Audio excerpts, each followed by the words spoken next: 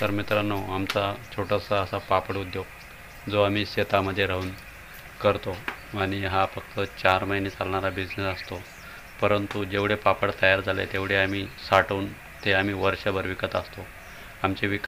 नमस्कार मित्रांनो, आता वाजले सकाळचे 8:30. तर आता आमची पापड उद्योगची लगबग चालू आहे. दुष्काळातसुद्धा उद्योगाच्या संधी आम्ही शोधून काढत असतो.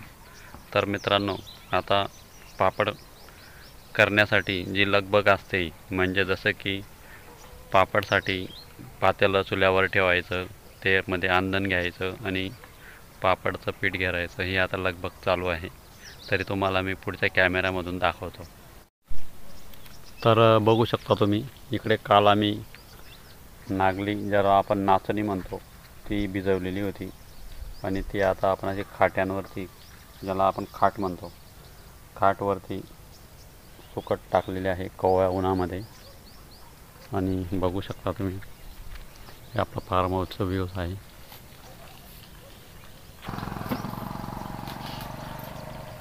तर बघू शकता, इथे पीठ मोजायचं काम चालू आहे. इथं अंधण ठेवलेलं आहे सवितानी. तर आज मी बनवणार आहे तांदळाचे पापड.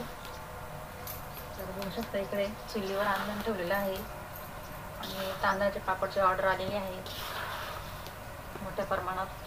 तर मग आता पापड बनवायची लगबग सुरू आहे. त्याच्यामुळे मी आता आज जास्त तुमच्यासोबत काही बोलणार नाही, कारण अजून थोड्या घाई गडबडीत आहे.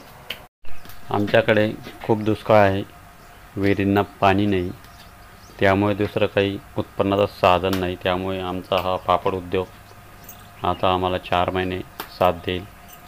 उन्हाळ्याभर आता हा पापड उद्योग आमचा चालू राहील.